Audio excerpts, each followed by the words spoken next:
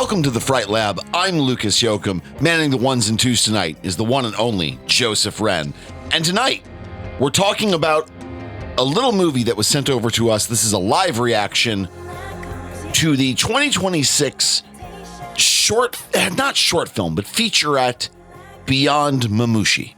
I think it's fair to skip the micro subdivisions of film genre and just call this a film because despite its 49-minute runtime, it is extremely effective, almost anger and adrenaline inducing, and we're going to get into a little bit of that after we go through this trailer, if you don't mind, sir. I think that's a brilliant idea. It's a great place to start.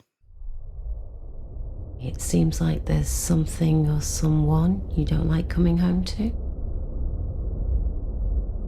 He is the cause of all your problems, I take it. No, you just have to wait until tomorrow. If you're not straight with me, I can't help you. I just want you to be happy. So near to getting my promotion, Dad. That's nice, Chris. So, Kate, how you keeping? You know, with all your problems and that? I want you to do something. The only way to get rid of rotting bacteria in life is to remove it permanently. No!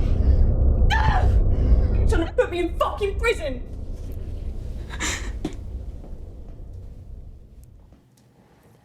You're already in prison. Beyond Mamushi is a 2026 film written and directed by M.W. Daniels, starring Karina Jane, Gemma Thompson, and Gary Cross. It's a small cast, almost a bottle episode of a film. But what it does in a relatively short span is crazy impressive. This is one of those rare, weird films that happens only once in a while. I guess that's the definition of rare. That makes you say, oh yeah, this is why I like indie films. I'm in this weird boat where I am interested in classical form, in classical traditional form of film, but I like things that are also experimental and weird. This is true of both my musical taste as well as my artistic taste, rather broadly. And this movie kind of hits a weird sweet spot right in between the very formally conservative, like it follows all of the standard film beats you would expect a film to follow. You know, it even has almost a 3-act structure given the short runtime. But they're doing some stuff throughout the film, and I don't want to ruin too much because I want you to go watch this movie. It's out there, it's available. It's a very, very weird but traditionally normal film. Now, we don't do this terribly often because very often I don't think we need to. But this is one of those rare cases where I've got to say, content warning, abusive relationships. Leave it there. If that's not a thing you want to deal with in a film, totally understood. Skip this movie. We won't talk about it too terribly much here in the review. So if you're interested, you can still listen to the review. But otherwise, that's the thing you've got to know about this film. That is one of the central conceits of this film. A young woman is having what you might describe as an incredibly troubling relationship with a man. She reaches out to a therapist. Things unfold. Now, Joe and I are literally reacting to this about, 10, 15 minutes after watching it. And frankly, we're both kind of having weird, intense live reactions to this film because, again, what it lacks in runtime, it makes up for in being a brutally punchy and intense and weirdly viscerally honest film, despite that runtime. I know you've got a lot to say, Joe, and I definitely have a lot I'm thinking about. So let's start here. Visually, holy crap, there's a lot going on in this movie. I have questions, but I think the answer is going to come down to budget and general overall setting. And I want to say, for a film that does not have a long runtime, it is extremely effective with, like you said, a very small cast. The choices about how the scenes are lit, how the settings are modified throughout the film, I have to say, I believe they are intentional, but I don't know. They might just be a limitation of the budget and the cast size and the setting itself, where we just did the best we could, but there are choices. I think one of the first things you will notice when you see this film is a very brightly lit setting can very quickly become a dark setting, can very quickly become a color saturated setting, and you will begin asking yourself the same questions we did throughout this film. Yeah, I have this thinking about films so often that when I see a thing that is, how to put this, not filmed in a way that you would expect a mainstream, quote unquote, mainstream Hollywood film to be done, I start asking questions. Like you said, is this a thing that, well, we have certain cameras and certain lighting and certain skills and certain time. We can only record from hour X to hour Y.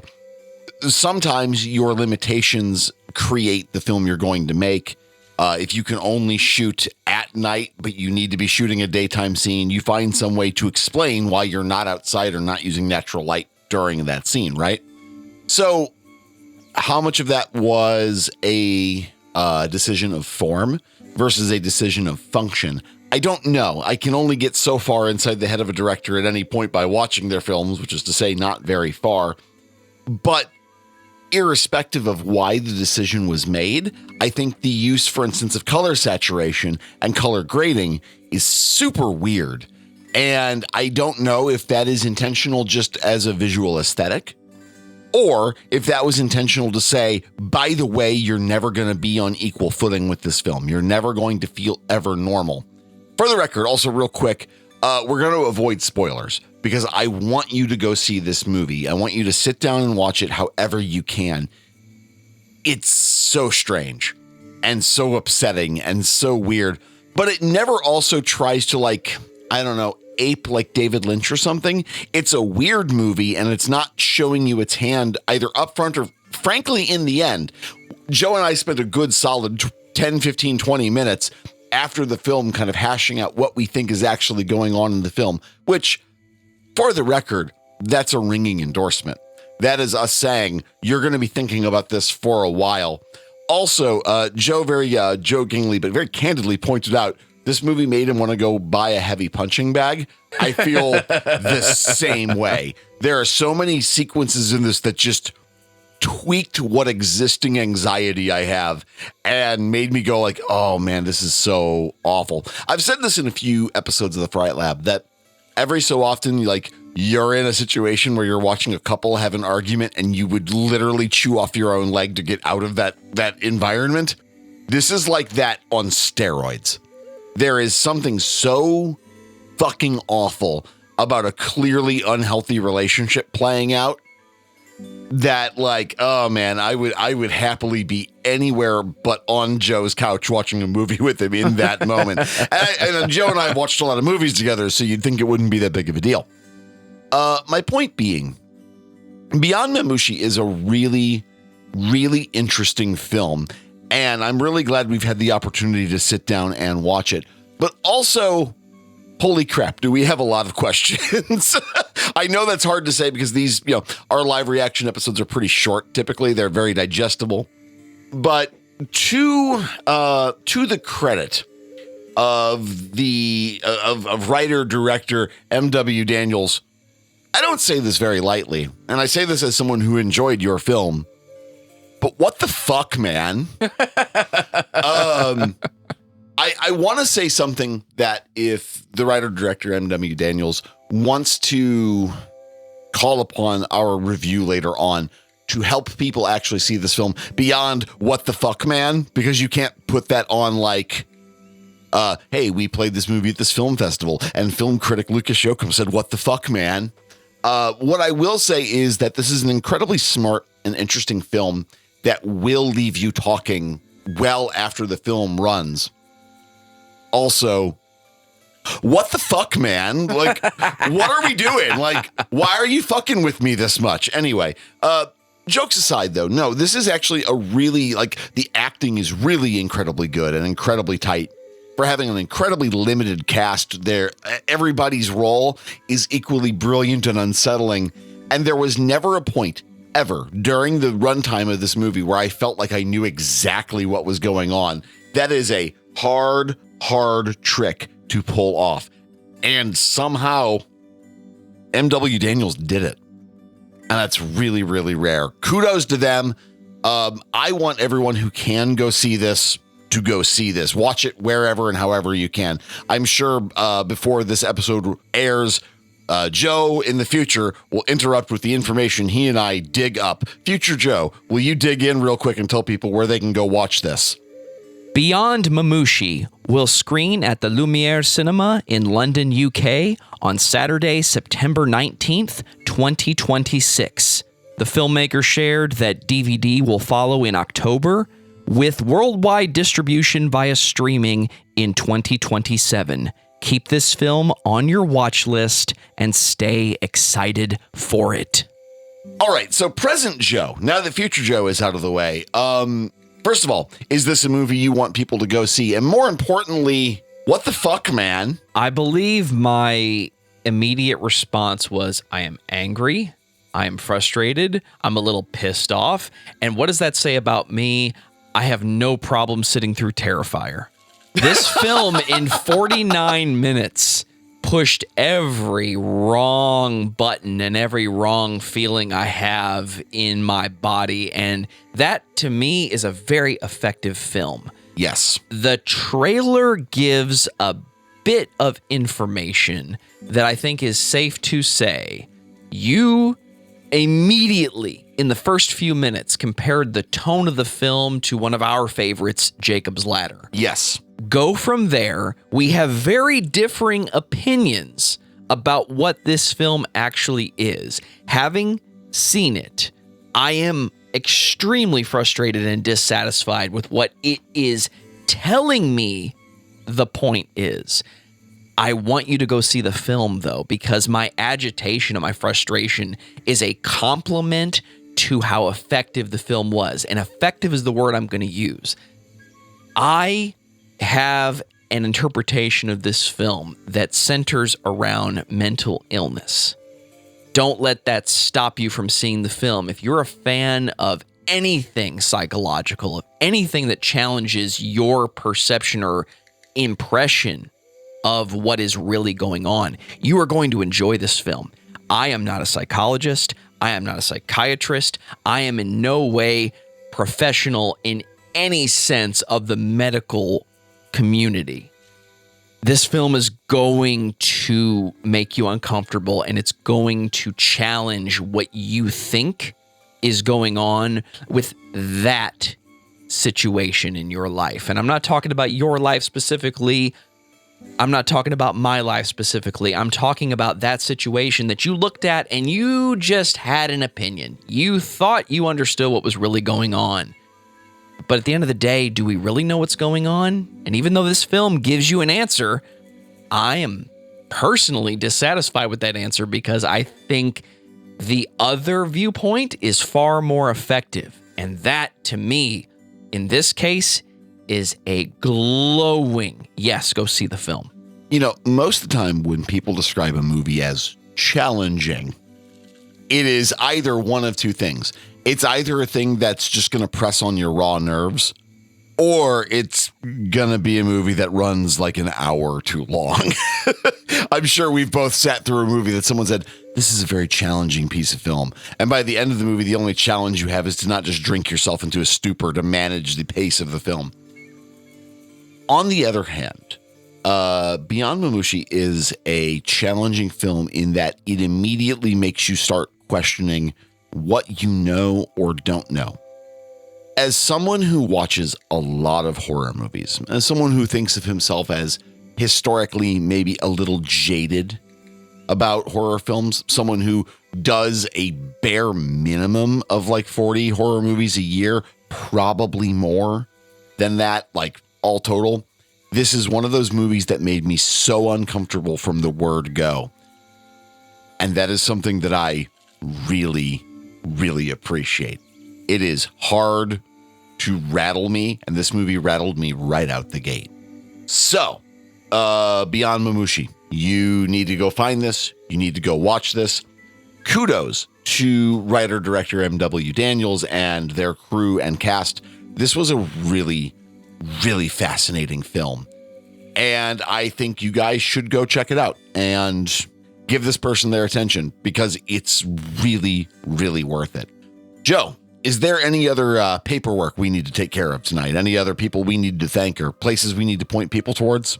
As always, I want to say thank you to you, the listener, and I hope that you're enjoying this podcast about this film, Beyond Mamushi, a film by M.W. Daniels. Seek this film out. We will do what we can. There will be links in the show notes.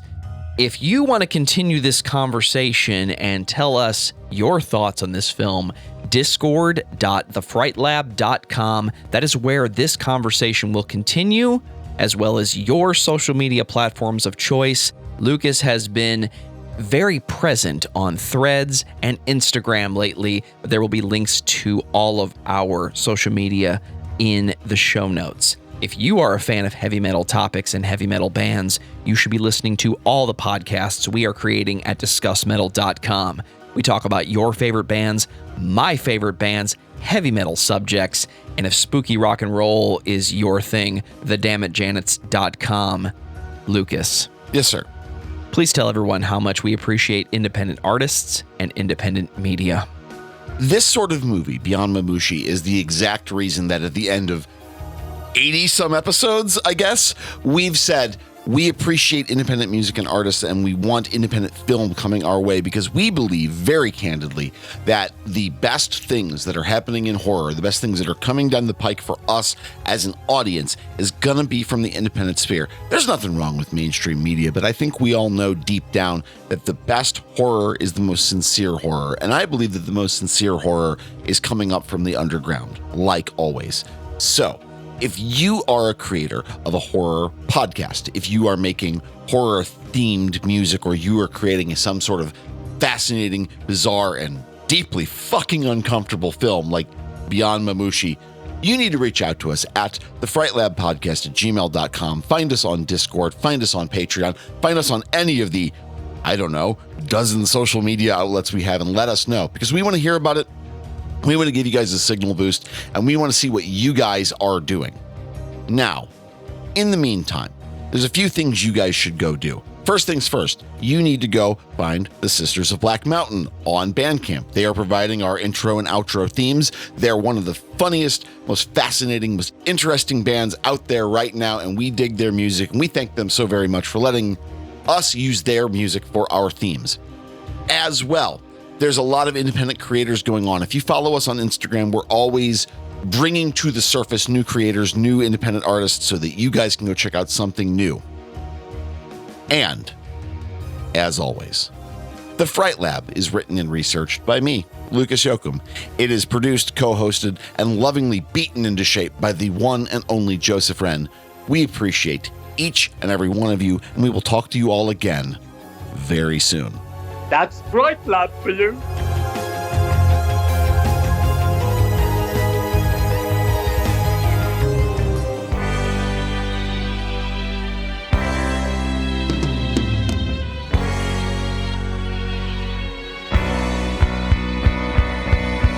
Here comes the one that you've been calling. Here comes the one that you've been waiting for. Look down, all of the things are falling at your feet.